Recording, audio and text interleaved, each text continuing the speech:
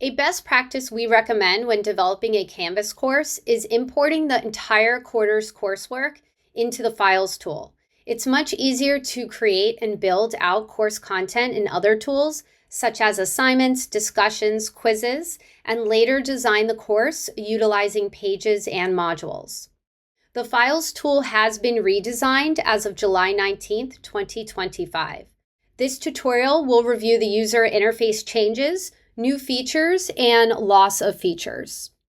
First, regarding the user interface updates, there is a much more prominent search bar. When I click within the search files and type in content, that content will then appear. Navigating back to the main files page, the bulk actions also remain visible at all times. For instance, here is the delete and download options depicted by correlating icons. They are grayed out, but once a file or a folder is selected, they become clickable. These checkboxes have also been introduced for folders and file selections. When clicking on the three dots next to the delete and download icon, here lies the ability to edit permissions or manage usage rights. We'll revisit this functionality in a bit. The left-hand folder view has been removed. The switch to the old files page towards the middle of the screen next to the three dots icon is temporarily visible. There is no set date for the removal of the switch to old new files page button at this time, but tentatively fall 2025. The Add folder opens a pop-up window with more descriptive action buttons. All My Files is now a button rather than a link. Let's now begin by adding content to the Files tool. Files may be uploaded by clicking on the blue rectangle box Upload button and clicking on Choose Files. Then add content from the desktop.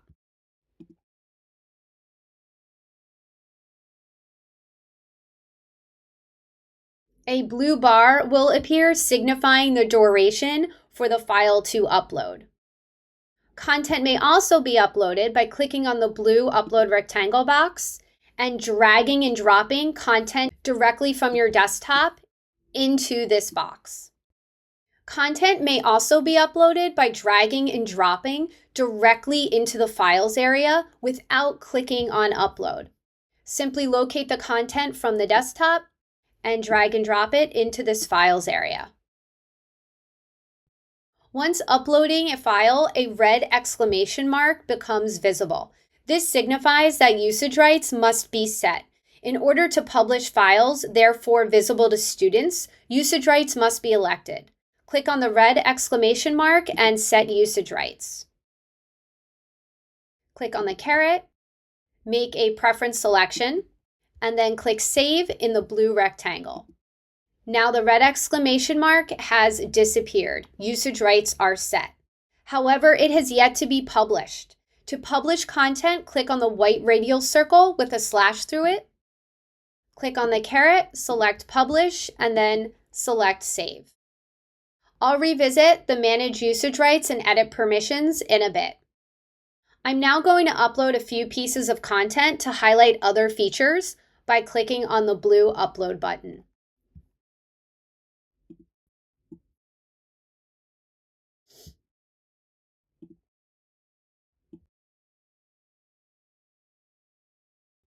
Now that I've uploaded content for the entire quarter's course, I'm going to organize the content by utilizing folders. The users can add folders by clicking on Add Folder. We recommend creating folders consistent with the syllabus so it's easier for students to navigate and locate content.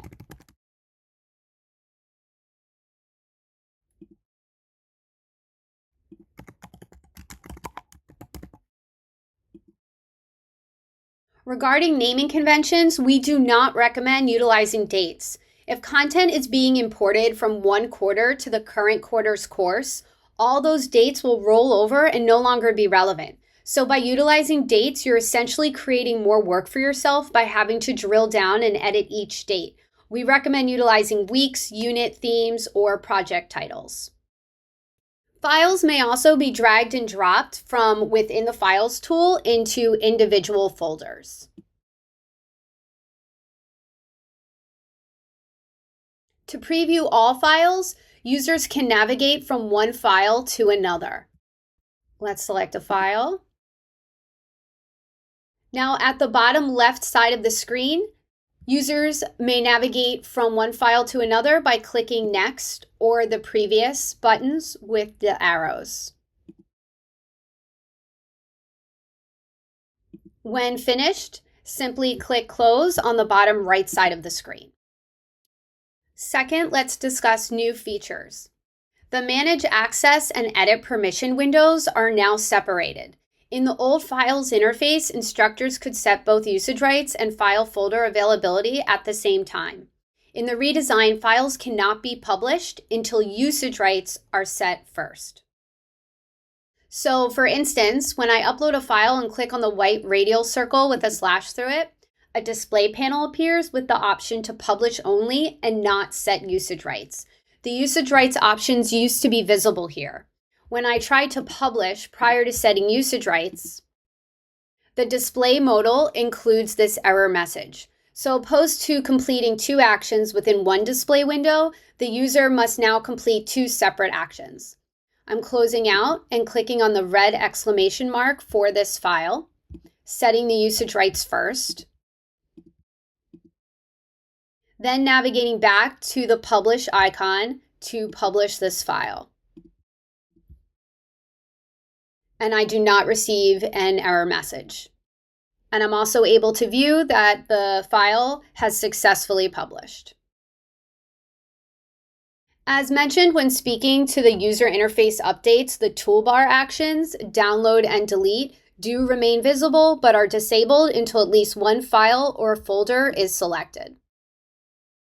To edit file folder names or content, place the cursor on that particular folder or file, click the three dots, select rename next to the pencil icon, and then select save.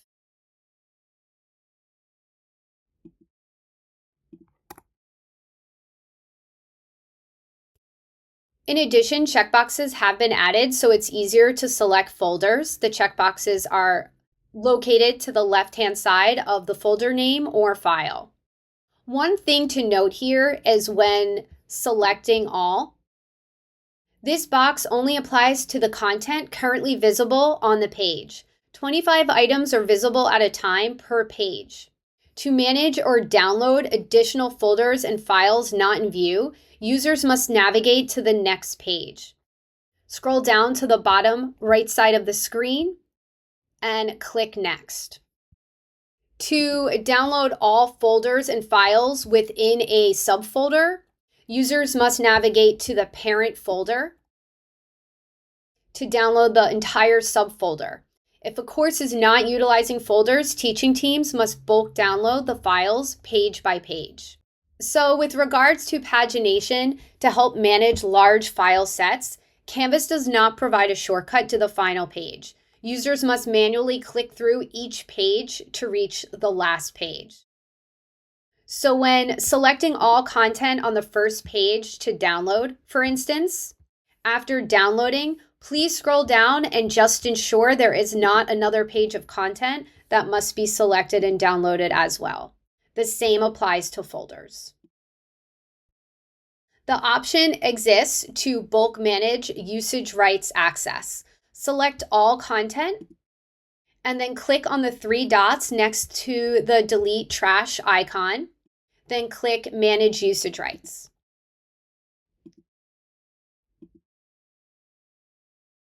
Make the selection preferences and do not forget to click on Save. While all content is already selected, navigate back to the three dots, click on the three dots and select Edit Permissions, and then make the selections here as well. Again, it's important to note here, these elections only apply to 25 items on the current page. So the user must scroll down and click the arrow to forward to the next page of items and then complete the same prompts to make the same or similar elections. There is a keyboard shortcut hack to select all rows for bulk functionality, opposed to electing each folder or file by clicking on it or by clicking the Select All box. Users can press Command A if they are on a Mac or Control A if operating a PC. This shortcut allows the user to select all rows. At any given time while adding content to the Files tool, managing usage rights, editing permissions, and organizing according to folders, feel free to enter Student View at the top right side of the screen to ensure specific content intended to be visible to students is visible. Once clicking on Enter Student View, a lovely pink fuchsia border appears, which signifies the user is in Student View. Please do not forget to leave Student View at the bottom right side of the screen when moving on. There is a S icon, a white S written in a black circle icon next to the Publish Unpublish icon. This is Scribe. It is a self-serve document conversion tool that transforms text and image-based files into a variety of output options, including audio, braille, or e-text formats. It is visible in the Files tool by default. Please visit gocanvas.stanford.edu and navigate to the Video Tutorials tab to watch a detailed video on Scribe. Details to disable Scribe are also reviewed in that tutorial. Another thing to note here is the default visibility for the Files tool within Canvas is set to Course. For more information regarding this setting or the Files tool, please submit a ticket to canvashelp@stanford.edu. Thirdly, with regards to loss of features, for those who utilize the Files tool in the past, the View button option has been removed, and the download information and closed text labels have also been permanently removed. If you have any questions regarding the Files tool or anything with regards to Canvas, please submit a ticket to canvashelp@stanford.edu. I assure you your request will not be lost in a long ticket queue. We have a highly responsive team. Again, that is canvashelp@stanford.edu. Have a lovely quarter.